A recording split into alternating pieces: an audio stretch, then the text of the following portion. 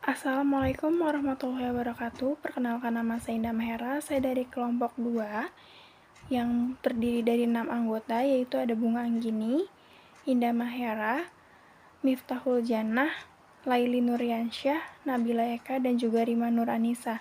Nah, kali ini saya akan menjelaskan materi tentang kurikulum, silabus, dan juga lesson plan. For the first, I want to explain about the curriculum.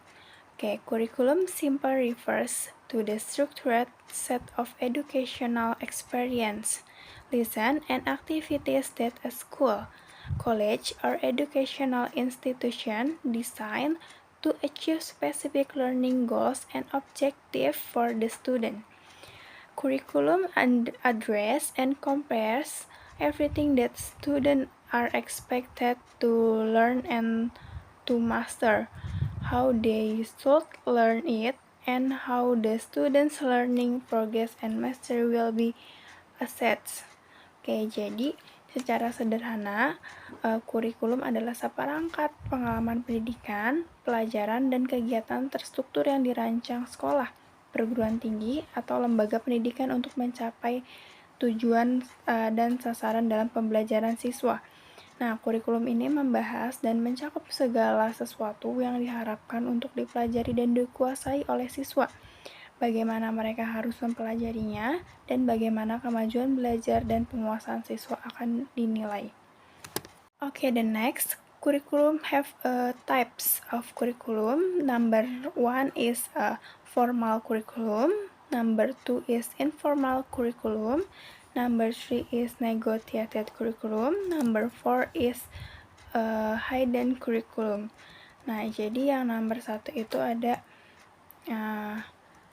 kurikulum formal. Jadi kurikulum formal itu ditetapkan oleh otoritas atau institusi pendidikan. Jadi kurikulum ini mencakup mata pelajaran dan hasil belajar yang ditentukan. Yang kedua itu ada kurikulum informal. Nah, kurikulum informal ini mengacu pada pelajaran yang dipelajari di luar ruang kelas formal, seperti keterampilan siswa, nilai-nilai yang dipelajari, atau kegiatan ekstrakurikuler. Yang ketiga itu ada kurikulum yang dinegosiasikan. Nah, kalau ini kurikulumnya mengacu pada pelajaran yang akan dipelajari di luar ruang kelas, seperti budaya sekolah atau interaksi dengan teman sebaya. Dan yang terakhir itu ada kurikulum tersembunyi. Nah, kalau nilai ini diajarkan oleh sekolah berupa bagian kurikulum formal, misalnya contohnya seperti cara penegakan disiplin, budaya sekolah, dan juga norma-norma sosial. The next is key elements of curriculum. Number 1 is learning objective. Number 2 is learning content. Number 3 is instructional methods. Number 4 is assessment and evaluation. Number 5 is learning research. And the number 6 is structure. Jadi nomor 1 itu ada sasaran pembelajaran. Nah, sasaran ini lebih spesifik yang ingin dicapai oleh kurikulum. Sasaran ini menentukan apa yang harus diketahui, dipahami, dan dapat dilakukan oleh siswa pada akhir kursus atau program. Nah, kalau yang kedua itu ada konten pembelajaran. Konten ini untuk pengetahuan dan juga konsep atau keterampilan yang akan diajarkan. Nah, ini mencakup mata pelajaran seperti matematika, sains, dan juga sastra. Yang ketiga itu ada metode pembelajaran. Nah, strategi atau teknik ini dilakukan guru untuk penyampaian materi, untuk mencakup seperti ceramah, diskusi, dan juga kerja kelompok. Selanjutnya ada penilaian atau evaluasi. Nah, alat dan metode yang akan digunakan untuk mengukur pembelajaran ini seperti tes atau kuis. Selanjutnya ada sumber belajar. Nah, materi ini mendukung pembelajaran seperti buku teks, buku kerja, media digital, atau alat bantu pengajaran lainnya. Dan yang terakhir itu ada struktur. Jadi struktur ini dialokasikan untuk setiap mata pelajaran.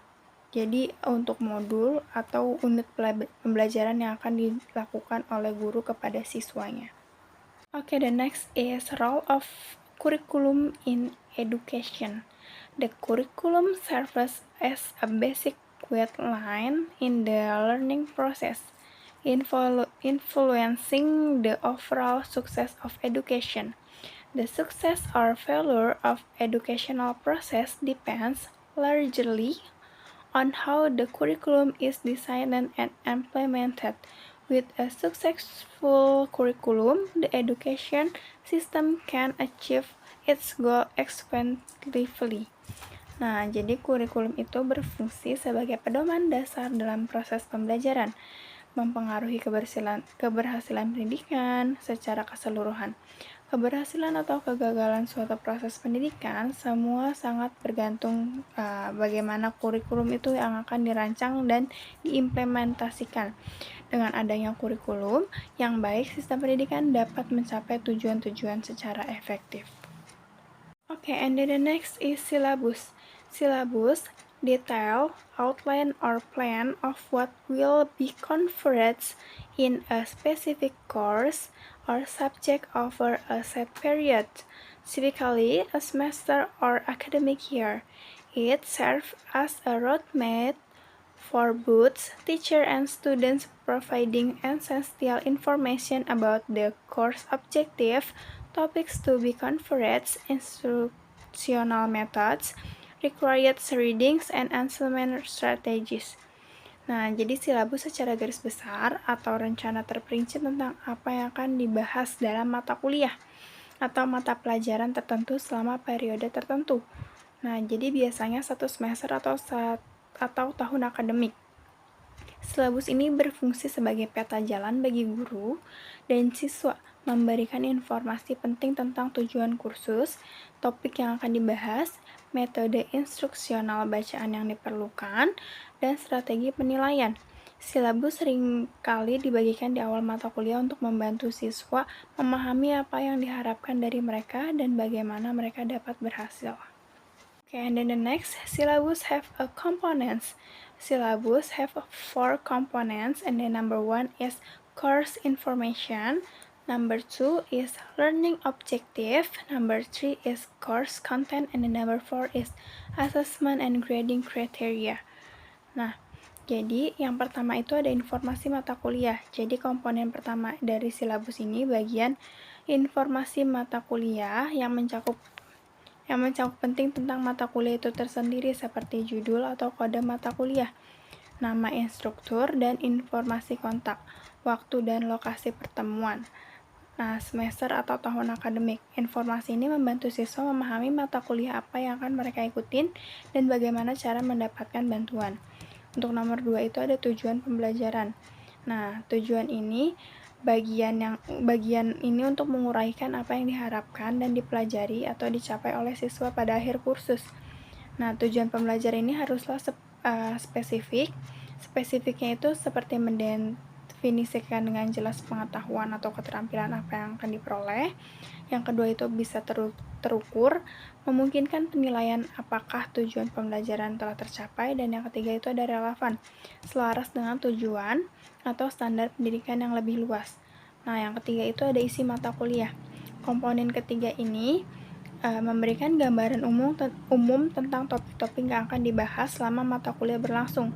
Hal ini dapat mencakup jadwal topik berdasarkan minggu atau modul, bacaan, tugas dan proyek utama, tanggal-tanggal penting seperti ujian atau tenggat waktu proyek. Dan yang keempat itu ada kriteria penilaian. Jadi siswa akan dievaluasi selama kursus ini. Nah, jenis penilaian ini bisa seperti kuis atau ujian, seperti skala penilaian. Jadi kriteria penilaian yang akan jelas membantu siswa memahami bagaimana kinerja mereka akan diukur. Diharapkan dari mereka ada hal-hal dengan tugas-tugas khusus. And then the last is a lesson plan. Okay, lesson plan is an even more detailed guide created by teacher for individual lessons or class sessions. It outlines specific learning objectives for that lessons, instructional strategies to be employed, material needed, activities planned for student engagement, and methods for assessing students' understanding. Nah, jadi yang terakhir itu ada rencana pelaksanaan pembelajaran. Rencana pembelajaran adalah panduan yang lebih rinci yang dibuat oleh guru untuk pelajaran individu atau sesi kelas. Rencana pembelajaran menguraikan tujuan pembelajaran, khusus untuk pelajaran tersebut, strategi pembelajaran yang akan digunakan, materi yang dibutuhkan, kegiatan yang direncanakan untuk keterlibatan siswa, dan metode untuk menilai pemahaman siswa. Rencana pembelajaran yang terstruktur dengan baik memastikan bahwa pengajaran terorganisir dan selaras dengan tujuan kurikulum yang lebih luas sambil memungkinkan fleksibilitas untuk beradaptasi berdasarkan kebutuhan siswa. Same of the curriculum and then syllabus, lesson plan have a component. Number 1 is learning objective, number 2 is teaching material, number 3 is learning methods, and the number 4 is learning outcome assessment. Nah, dari nomor 1 dulu. Jadi yang pertama itu ada tujuan pembelajaran. Jadi tujuan pembelajaran merupakan komponen pertama dan paling penting dalam RPP. Tujuan ini harus dirumuskan dengan jelas dan spesifik sehingga dapat memberikan arah bagi kegiatan belajar mengajar. Nah, yang kedua itu ada materi ajar. Nah, materi ajar mencakup semua informasi, konsep, prinsip, dan prosedur yang akan diajarkan kepada siswa selama proses pembelajaran. Yang ketiga itu ada metode pembelajaran. Jadi metode pembelajaran ini menyampaikan kepada siswa bagaimana materi ajar. Nah, pilihan metode ini harus disesuaikan dengan karakteristik siswa, tujuan pembelajarannya, serta jenis materi ajar yang akan disampaikan. Nah, yang keempat itu ada penilaian hasil belajar. Penilaian hasil belajar merupakan proses untuk mengukur sejauh mana siswa telah mencapai tujuan pembelajaran yang ditetapkan. Nah, penilaian ini dapat dilakukan melalui berbagai teknik seperti tes tertulis, observasi, penugasan proyek. Nah, penting untuk memastikan bahwa penilaian bersifat objektif dan mencakup aspek kognitif atau pengetahuan, afektif atau sikap, dan psikomotor atau keterampilan dari siswa. Okay, the next is the benefit of lesson play atau keuntungan mempelajari lesson play. Yang pertama itu bisa mencapai tujuan pembelajaran secara maksimal. Yang kedua itu ada prediksi keberhasilan pembelajaran melalui proses perencanaan yang akurat. Yang ketiga itu ada mengatasi masalah dalam pembelajaran. Yang keempat, ada pemanfaatan sumber belajar secara efektif dalam lesson play. Dan yang kelima, pembelajaran sistematis dan terorganisir lesson plan. Dan yang terakhir itu ada refleksi atau evaluasi proses pembelajaran. The next importance of a lesson plan. Number 1, ensures structure and organized teaching. Number 2, helps teachers stay on track and cover all necessary content. Number 3 is provides flexibility to adjust based on student needs. And then number 4, promotes students' engagement and achieve learning. How to align lesson plan with the curriculum syllabus. Nah, you can identify the key objective from the syllabus, breaks down the syllabus into smaller, manageable lessons, and then plan activities and assessment that align with the curriculum's learning outcomes, and then regularly review and adjust lesson plans based on students' feedback and progress. Okay, and then the last conclusion atau kesimpulan dari materi yang kita pelajari hari ini. Jadi kita pelajari hari ini kurikulum, silabus, dan juga lesson plan. Jadi kesimpulannya, the curriculum provides the overarching framework for education. The syllabus details the specific content of a course within the framework, and the lesson plan outlines how individual lesson will be conducted to meet those curricular goals. Each component plays a crucial role in ensuring effective teaching and learning process within educational institution. Jadi, pada singkatnya, kurikulum ini menyediakan kerangka kerja menyeluruh untuk pendidikan. Nah, kalau silabus merinci konten spesifik dari suatu mata kuliah dalam kerangka kerja tersebut. dan rencana pelajaran menguraikan bagaimana pelajaran individu akan dilakukan untuk memenuhi tujuan kurikulum tersebut. Setiap komponen memainkan peran penting dalam memastikan proses belajar mengajar yang efektif di dalam institusi pendidikan. Oke, sekian materi yang saya sampaikan hari ini dari kelompok 2. Kurang lebihnya mohon maaf. Assalamualaikum warahmatullahi wabarakatuh.